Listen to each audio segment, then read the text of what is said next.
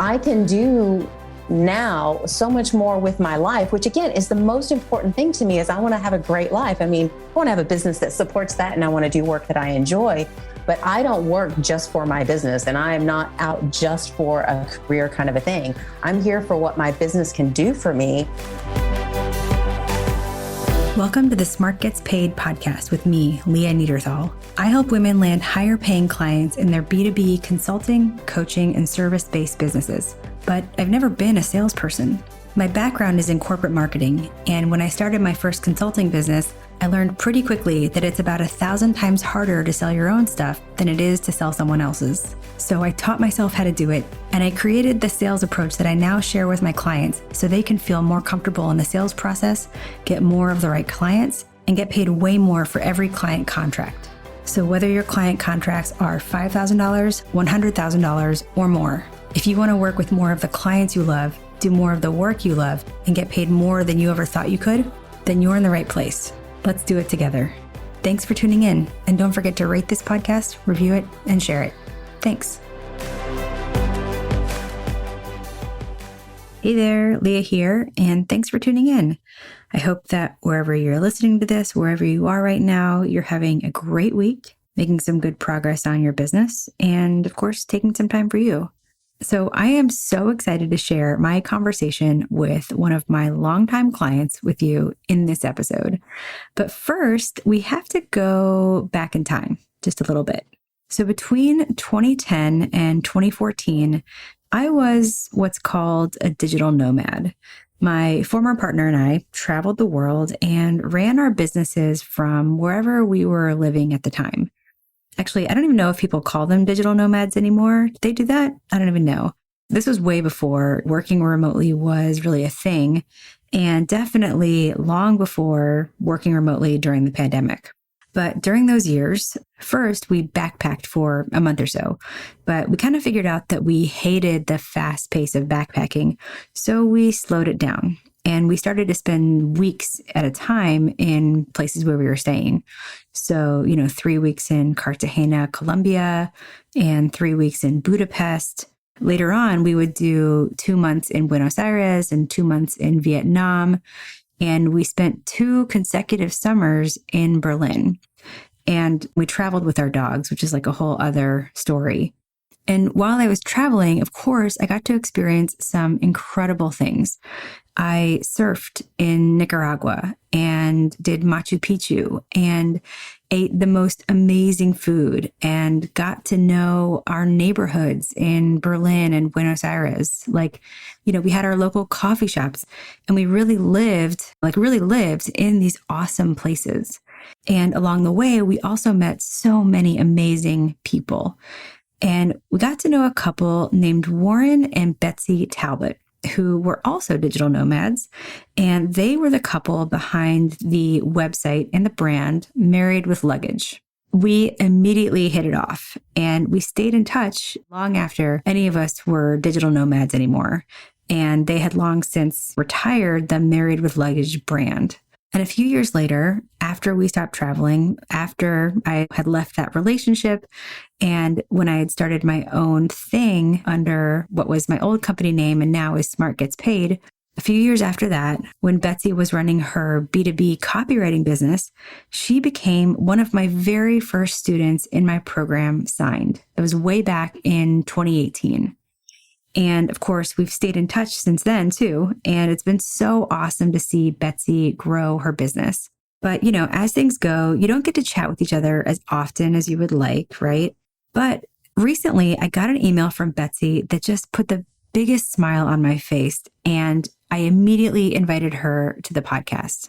So back when Betsy started her business and, in the first few years of running it, she was doing fine. She was working with clients here and there and charging what felt like was, an okay amount. But she knew that if she wanted to keep running her business and if she wanted to grow it, she needed to learn how to go beyond fine. She needed to learn how to actually sell. But as you're going to hear, she didn't want to do it just to get clients and just to get paid more. Because as you'll hear her describe, she's always had this vision of how she wanted her life to be. And she's crafted her business and built her business with that vision in mind. So she went from taking small clients and doing okay and working really hard to getting clients who immediately see her value, who pay her more, and let her have and support the life that she wants.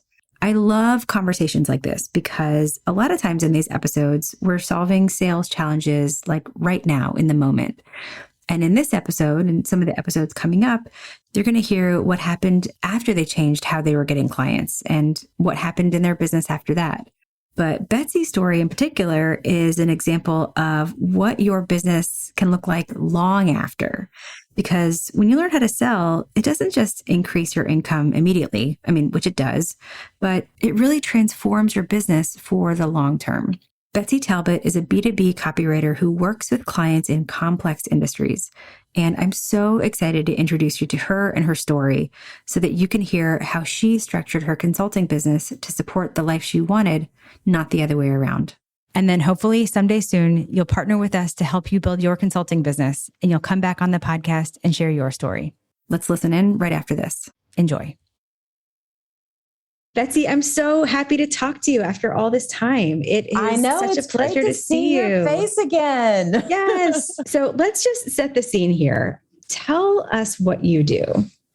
Well, I help B2B businesses in complex industries. So for instance, law or engineering or finance, I help them communicate better with the clients that they want to work with so that they get better deals. And I do this with value-based messaging, working on value rather than price.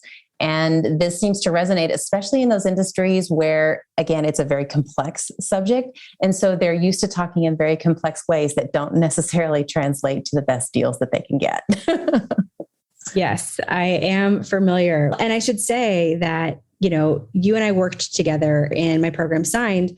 And because this is also your background, you are the person that I send people to when, this process of value-based messaging. It's probably the hardest thing to dial in your business. And when people get to the very end and I'm like the spouse that they can't hear any more advice from, right? Yes. I send them to you. And how long have you been doing this? I've been doing this now for about 7 years. And so the cool thing about this is I was just thinking of you the other day, someone that I helped that you sent my way, I was able to then refer to another client that I've been working with. And, kind of what I was thinking about is how cool that you're starting what I like to call the old girl network, instead of the old boys network. Yes. We've got like this connection of all these great women because I get to know so much about what they do in their businesses because we've done this value-based messaging work together. It makes it so easy for me to then refer them out as experts to the clients that I work with. Oh, I love that. Yes. Kind of a cool, yes. Full circle moment. Yes. It's totally. Yes to the old girls network. Let's keep making that. Let's just throw it back for a hot second, because I think it would be really interesting to share with everyone. How did we meet? We met at a cafe in Berlin. We did. What were we? God, that was like lifetimes ago. That was lifetimes ago. Yes. What were you guys doing at that time? So we were traveling. My husband and I were traveling. We had taken a little bit of a sabbatical and we were kind of traveling, living out of backpacks for a little while. You were there and you were also running like 27 businesses or something at the time. As I recall, we totally locked in and started talking business. We had fun too, obviously. There was food and drink and adventure and all that. But we really locked in quickly talking about a lot of business type of things. And this is one of the things that I think really kept me connected with you and made me want to work with you and Signed is that I knew you before all of this. I knew you as the business person you were before, and I got to see it from pretty close in your circle, how it was working. You weren't trying to impress me. You weren't trying to win me over as a client or anything. So it was really good to be able to see how you moved in that world. And that really spoke to me. Oh, I love that. I appreciate hearing that. Thank you for sharing that with me. Yeah. Thinking back to that time, it's so different. You being a digital nomad, we were digital nomads. We met up in like 4 different places around the globe. But, as a coach, for somebody to have that experience with me and want to work with me professionally, that just means everything. So let's just dive into your business because, you and I worked together several years ago. So what was going on in your business when we started working together? Paint the picture for us. Okay, so I was doing okay. And just to kind of set the stage, I am the sole breadwinner for my family. My husband is early retired. And we have a great life, but one that still needs to be paid for. And so crazy how that happens, right? Crazy how that happens. And so what I wanted was I want a business that allows me to have a life, because there are lots of other things that I want to do in this world. And so how do you do that as a sole income for, when you want to have this nice life? And so I was thinking, do I have to give up my free time? Do I have to, chase, thousands of clients all the time and try to make all of this work? And so I was really kind of trying to figure out how to make this happen. And where I was at was trying to get a whole bunch of $4,000 gigs. To me, if I could get a $4,000 gig, that would just be, oh my God, that would set me on fire. And if I could just get enough of those, life would be great. That's where I was at back then. I had this in my notes. I just, in leading up to this call, I looked up the very first win that I recorded for you when we were working together and signed. It was week 4. And you had just raised your prices 5x. So you had been charging $2,500, but you raised your prices to $12K, and you signed a client at that rate, at that new rate. And I had written down that you said you were just ecstatic, and I was.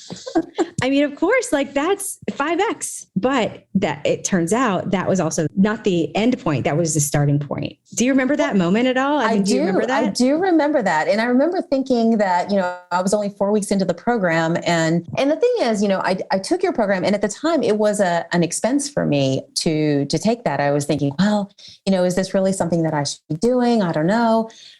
So I went ahead and did it. And I kept thinking, I really need to make this pay off. I really want an ROI. And again, this is how I look at it when I'm working with my clients. I want them to see ROI for me early. I don't want it to be the end of the engagement and have to figure it all out for them. I want them to start feeling it right away. And so I was really pushing myself, and you were great at, motivating us to actually get this stuff done. And I thought, I'm really going to just start putting this stuff into practice every single week. And I did. And the minute I got that, I thought, wow, this course has just paid for itself. Yeah. I mean, that's the whole point, right? But it's also the starting point, which is super exciting for me to see when those first wins happened, but when all the other wins happened. And today I am contemplating paying cash for a tractor for our new homestead. That's the difference in where I was before and where we are now. And Amazing. It is mind-blowing to me. Wait, can we just pause for a second? Because I'm not sure if our listeners know, because I definitely don't know how much a tractor costs. A tractor would be the kind of tractor that my husband wants is $65,000. And that's something that you can pay cash for because your business is producing. Yes. Now, I'm not saying I could buy 10 tractors or anything like that, but what I'm saying is something that wasn't even, that wasn't even on the radar back then. I can do now so much more with my life, which again is the most important thing to me, is I want to have a great life. I mean, I want to have a business that supports that, and I want to do work that I enjoy, but I don't work just for my business, and I am not out just for a career kind of a thing. I'm here for what my business can do for me. And one of the reasons I think that I am so good at my job is that I look for my clients to do the same thing. What is this thing going to get you? What is this thing going to get your clients? This is how we put together our messaging, because this is where the real meat of it is. This is why people buy things. This is why people do things. And so this is the way I live my life, and this is the way it translates into the work that I do. Oh, I love it. I love it.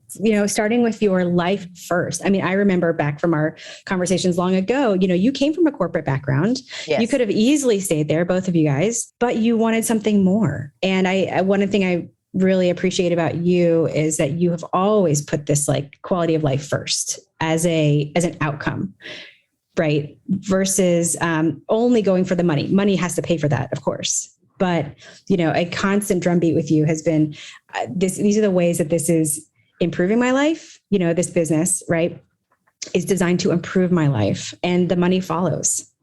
It does follow. And not only that, the kind of people that you attract into your business also follows, because the kind of people who resonate with that are the kind of people who want to work with me, which in turn makes me do a better job for them because there's this kind of synergy going on, which makes them even happier when they get, I mean, it really is like this circle that keeps happening, reinforcing all of those strengths. And so it has never steered me wrong to put those values first and to design a business around that. Now, I absolutely am coming from a place of privilege, and I certainly want to acknowledge that. You know, I don't have children. I don't, like, there are lots of things that make it easier for me to design this life that I want. But I do think that we all have a great deal of latitude in that in our lives if we decide to take it. But what prompted you to take that first step? Right? How did you know it was time to take action? Well, you know, again, it comes back to thinking about what I wanted our lifestyle to look like, but then also thinking about the kind of clients I was working with then were the kind of clients that honestly didn't have a budget to work with me. They had to make a budget to work with me.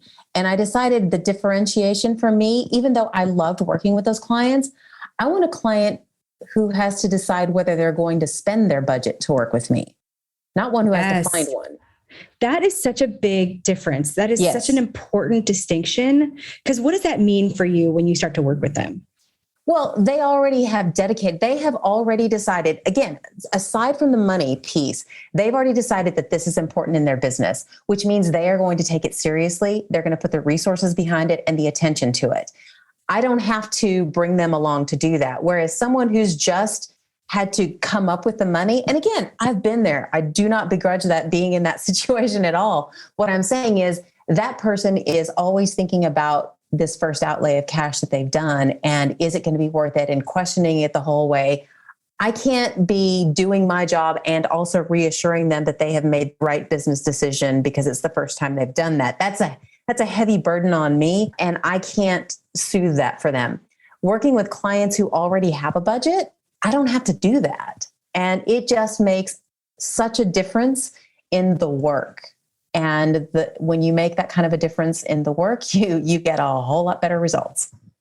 Absolutely. Well, and also, you know, think about how you can find yourself feeling in a client engagement, right? Where we talk about being in a one down position, right? Mm-hmm. Where you feel like you have to sort of over deliver, or you're constantly having to sort of prove your value, or that you can take up space and all these things. I mean, I'm just thinking about how that establishes you in the dynamic, right? In the relationship. Like if you feel like not only do you have to do great work, but you constantly have to demonstrate like, okay, no, you have to make your client feel better about spending money with you. You know, it's exhausting, and you can never truly be a peer, in my opinion. I don't know if that resonates with you at all. It absolutely does. And it goes back again to the whole lifestyle, the whole lifestyle thing I was talking about before, the kind of relationships you want to have, the kind of way you want to move in the world.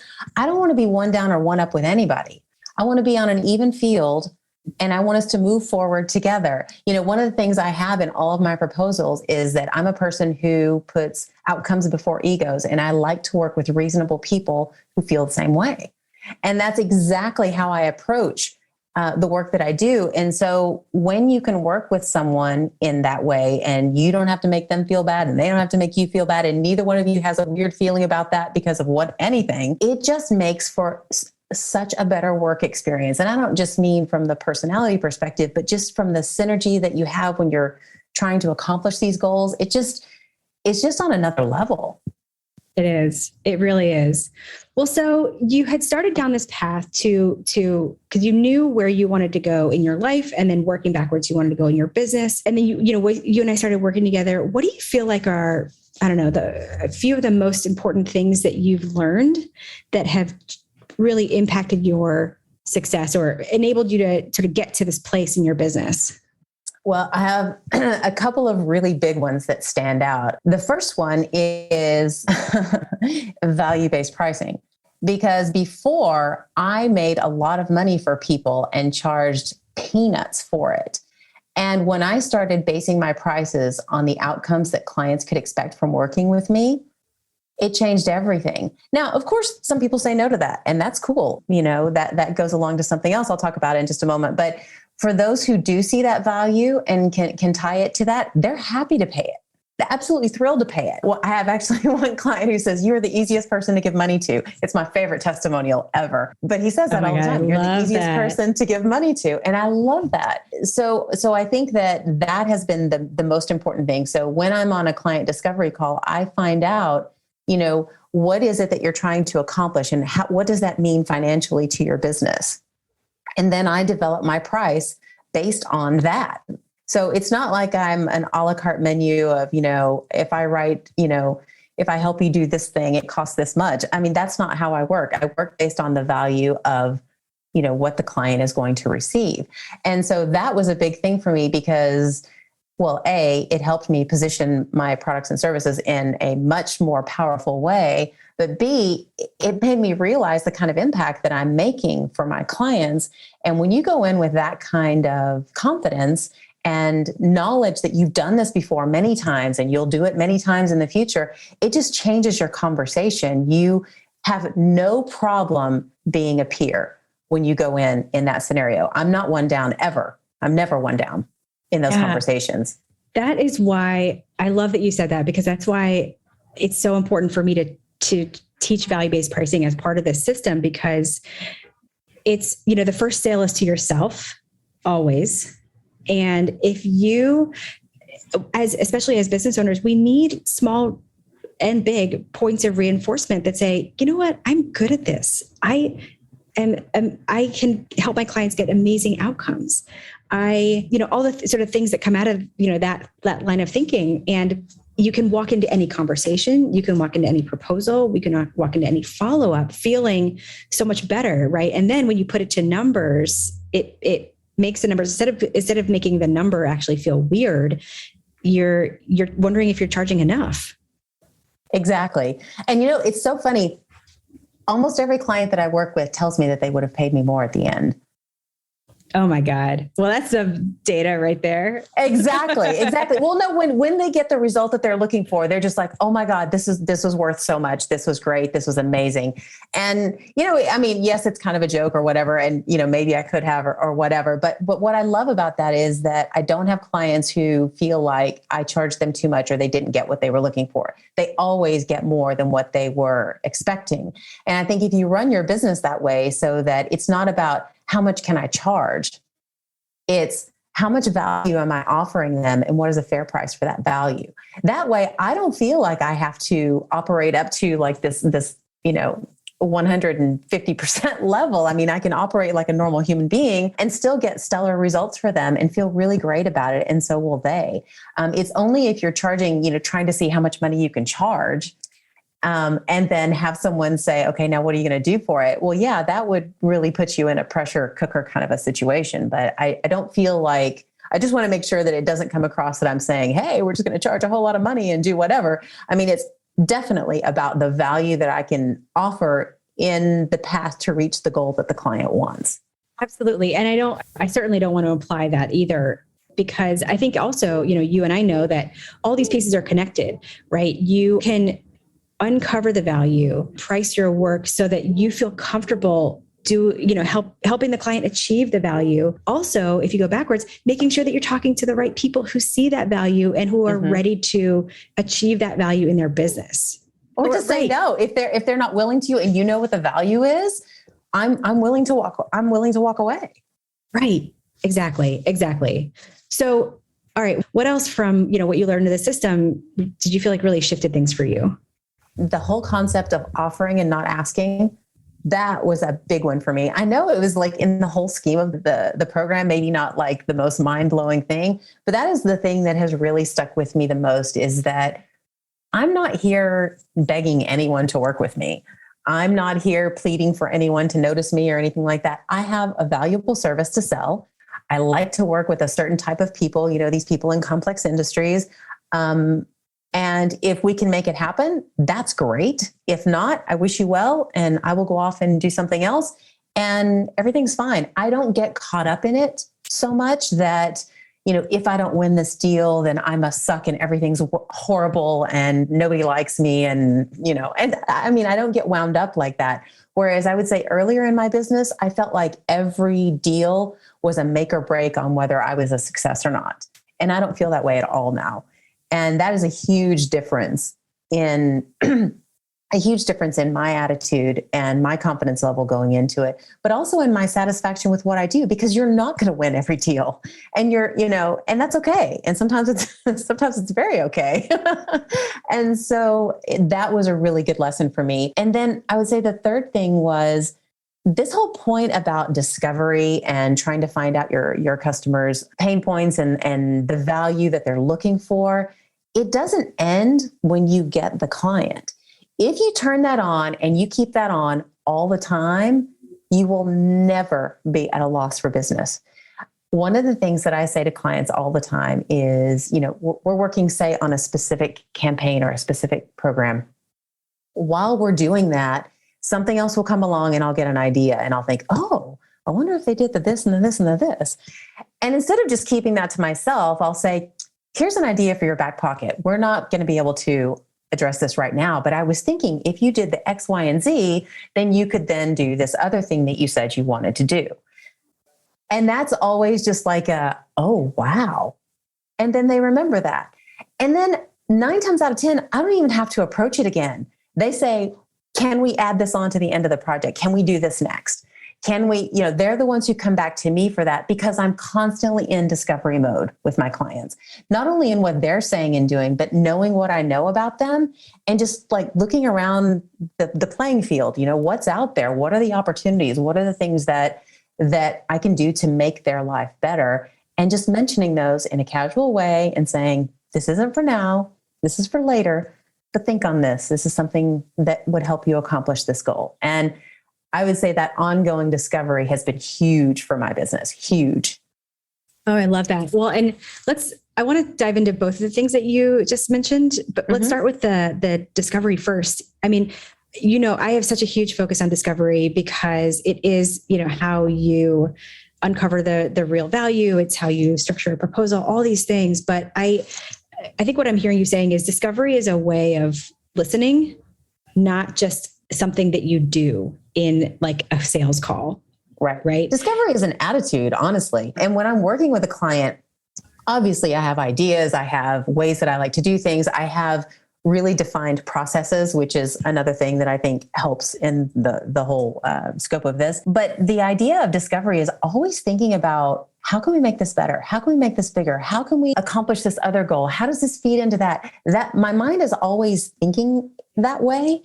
And so before I kept a lot of that to myself. And so now by sharing that with a client, because I would think, if I mention this, then they're going to add it and then we're going to have scope creep and then we're going to, but now with that disclaimer of here's this idea, put it in your back pocket, go forward, do it internally, do it with another vendor, come back to me, whatever. I'm just sharing with you this thing that I think is of value. And so I think it's an attitude of discovery. If you keep that with your clients, you will never have to look for clients again. It's the kids would say it's a whole mood, right? It is a whole mood. Discovery is a whole mood. Well, but I love, what you're saying here about it is so easy to sort of second guess yourself and be like, it's operating almost from a scarcity mindset. If I give this piece to my client, right, make this suggestion, first of all, it's going to come back negatively on me. They're going to add it as scope creep, or they're going to think I'm trying to sell them something, or, all these reasons that you just mentioned. But I love the way you said it. The way you said it is, we can't really do it right now, or, but just something for your back pocket. What I hear in that isn't just a great idea and a potential, recurring revenue, upsell opportunity, what have you. You have established a boundary in how you are offering that suggestion, right? Your client might hear, oh, wow, she's really thinking about our business, but you're saying this cannot happen now. Even still, I'm offering this to you. I mean, boundaries are, you talk about quality of life, right? Boundaries are so important. And I don't know, is that, how do you sort of approach that? I know I'm sort of taking us to a different direction, but I think it's worth mentioning. Well, first of all, I am the queen of boundaries. There is no one you can talk to that has better boundaries than me. Everyone that knows me that is close to me will tell you that. Did you always have great boundaries? I did not is it something always that you have great have boundaries. learned? I think I probably have always had better than average, but in these last, I would say 10 years of my life, I've really honed them. And one of the things, I've always done it for my personal life, but in business, I didn't do it as well until I would say 5 years ago. And really in the last probably 3 years, it's gotten good. But the more I protect my time and my space, the better work I can do for my clients. If you are a client who wants to work with me and you want me to be on Slack, you can just go away because I can't work that way. And that is nothing against Slack or any of, the way people work, but the kind of work that I do requires me to be able to concentrate for long periods of time. So I can't be constantly on some kind of messaging thing with somebody. I just can't. And so when I put these boundaries out there and I explain why that is, clients respond to that. And they're like, oh, okay. I have a client that I've been working with for like 4 years now. They don't even know my phone number. They have never sent me a text message, nothing. They don't even know my phone number. And we work together close. They pay me a lot of money and we work together all the time. And they have never once said that that's a problem. Now, I'm not saying that nobody can ever have my phone number. I'm just saying it's weird that it's never come up. I was just thinking of that the other day, but I don't work on Fridays.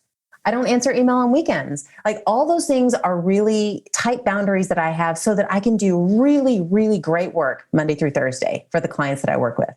And then I can really, really enjoy my downtime in the evenings. I don't work after 6. I want to be with my husband. I want to be with my friends. I want to do other things and on the weekends as well. And so those kinds of boundaries not only are great for other people so that they don't, kind of infringe on your space, but they're also good for me because it means I can't slack off. I can't say, oh, well, I'm just going to work late tonight because I didn't get that stuff done earlier today because these are the boundaries that you've set. So it actually works both ways. Everybody thinks boundaries are for other people, but boundaries are for you so that you can do your work and do the things that you say you're going to do within the time frame that you said you were going to do them. I love that. Yes. Well, and just tying it back to, again, all these things are connected. It is very hard to have boundaries if you feel like you are constantly having to prove to your client that you deserve to be there and that you deserve to take their money. It's very hard to have boundaries if you are not what we call offering, not asking, right? If you feel like you're constantly asking for business or asking for, whatever, like if you are not a peer, right? So I think that all these things that you have done have allowed you to, I don't know if it's like causation or just correlation or whatever, but like they've allowed you to set and stick to boundaries and feel really good about it. And I do. And not only that, boundaries provide clarity in a relationship. My clients never have to guess where I'm at or what's going on with me or when they can contact me or when I'm going to get something done for them. They never have to guess that. They always know.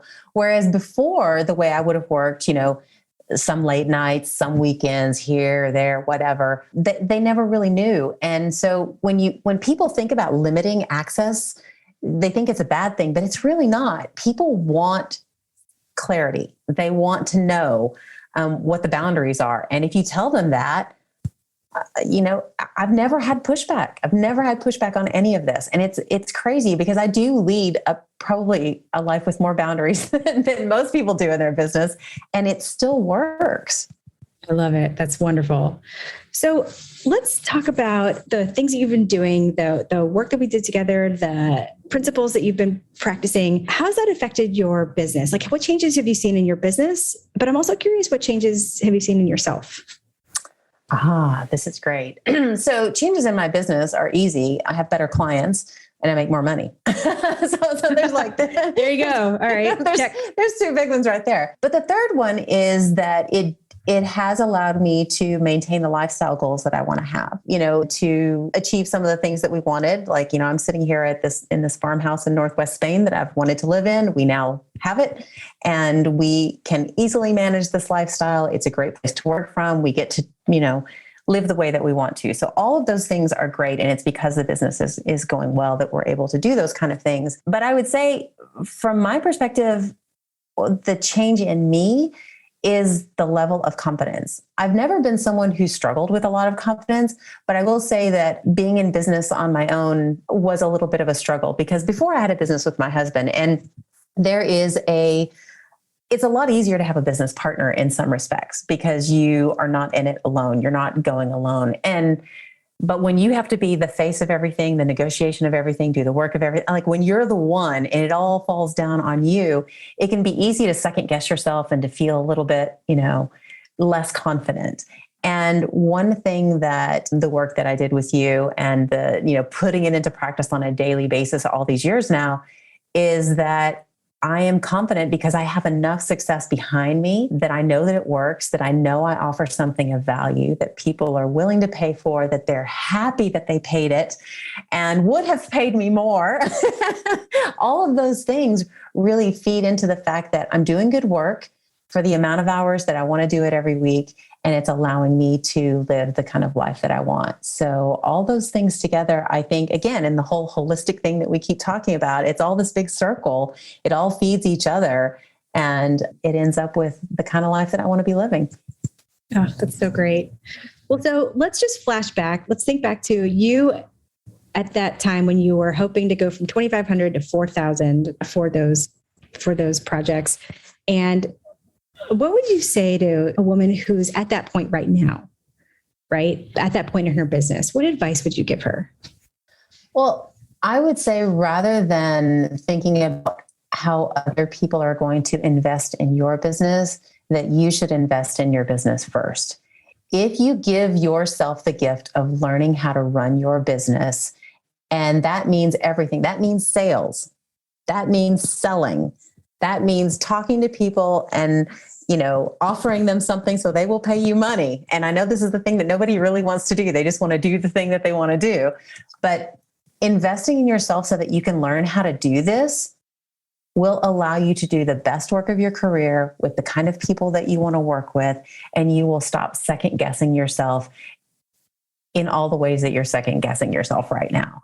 It is such a gift to yourself to invest in those kinds of tools that will serve you in countless ways going forward in how you run your business, how you approach clients going forward, even depending on the kind of business you have, that maybe it will influence the type of work that you do going forward. But what you will learn about value-based messaging, about negotiation, about, interacting with other people on a level playing field, it's such a gift. I mean, I can't even imagine going back to that. Again, I still think, I would have been able to support us. We would have been fine, but now we're better than fine.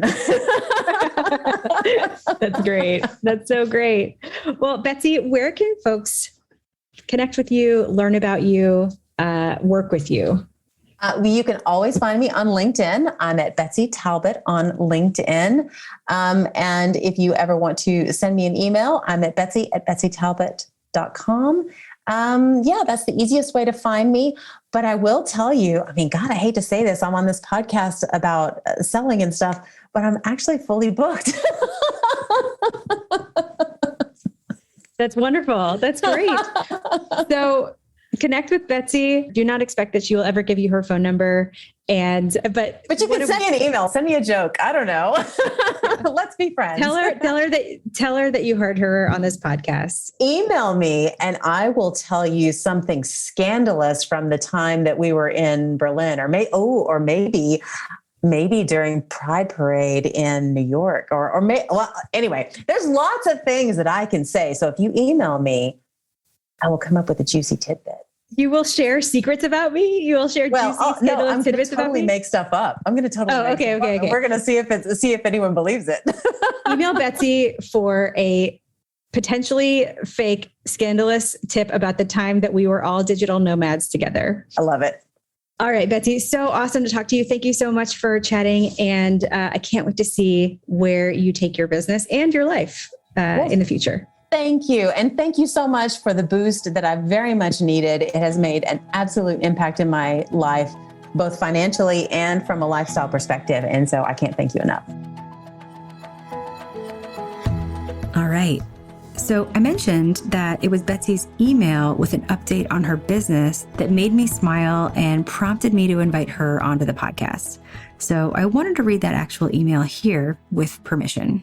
She sort of starts in the middle here, but she goes, Also, I wanted to share that I'm in end stage negotiations with a potential client for a mid to high 5 figures project. Okay, so she actually didn't say mid to high 5 figures. She actually said the number, which I'm not going to share here. But Betsy said that I could disclose that it was mid to high 5 figures. She goes on to say, which is large for my business, but not out of the ballpark of what I'm regularly doing now. What's so amazing is that a few years ago, I would have never dreamed of quoting such a big project or pricing it for value or getting to this stage of negotiations. As always, this gig may not materialize. I don't count on the money before it's in the bank, but getting every prospect as a client is not the win. It's icing on the cake. The win is knowing how to confidently position my services to the right clients to regularly get work I love at a price that reflects the value they'll receive. My work with you years ago continues to pay off today, and I'm still taking Fridays off. Thank you. So that was the email she sent that led to this podcast episode.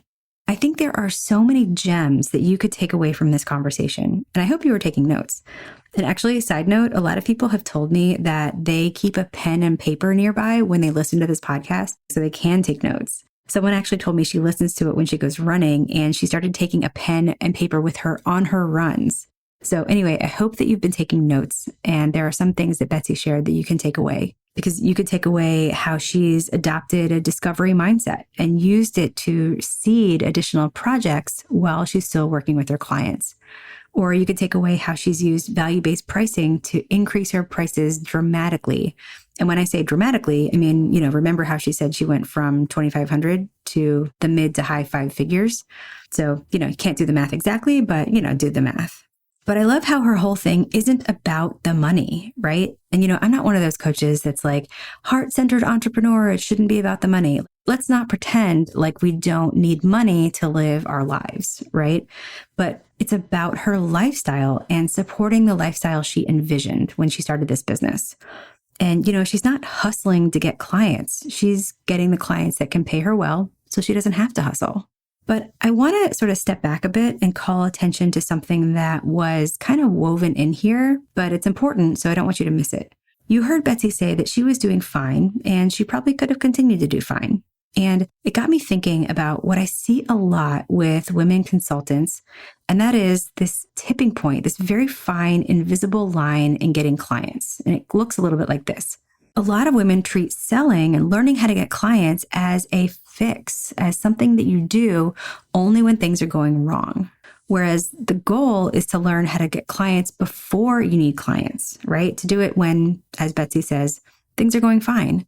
Because once you need clients, once you're on the back foot, it is 1,000 times harder to get clients. And the reason is the B2B sales cycle. When you're selling to businesses, when businesses are your clients, the sales process takes anywhere from 3 months to 18 months. So that's if you're selling to businesses of any size, from small businesses to Fortune 500 companies, right? It'll take you anywhere from 3 to 18 months to sign a new client. And that's counting from the moment of first contact. That moment, that first contact, so maybe they reach out to you, maybe they're referred to you, maybe they fill out the contact us form, or, what have you, all the ways that they could make contact. That's when we would say the sales process begins, right? That's like day 0. But there's also the activity and all the education process leading up to that point. That's the time that the client is learning about you, learning about what you do, learning about the value that you provide.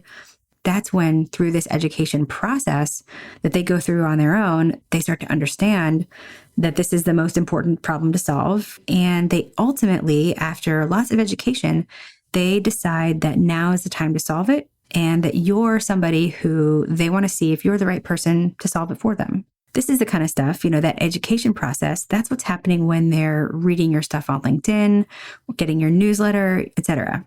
And all of that happens before the sales process even begins, even before day 0. So that 3 to 18 months can actually be a lot longer. So what I'm saying here is that there's no universe in which if you need a client, you send an email and get a client the next day, right?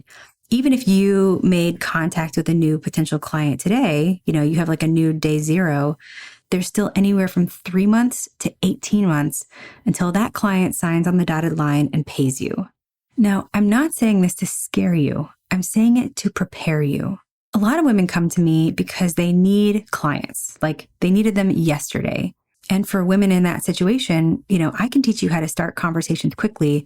But again, you're still at least 3 to 18 months from getting a signed contract. And I feel bad, because the B2B sales process just is the way it is. And there's not a quick get clients tomorrow fix. And by the way, I don't think it's women's fault that we sort of wait too long or assume that there are quick ways to get clients. If you're a woman business owner, you're fed a steady diet of messages and emails and ads that say things like, how I sent an email that made me $100,000, or, this webinar made me $50,000, or how I became a millionaire with one simple script.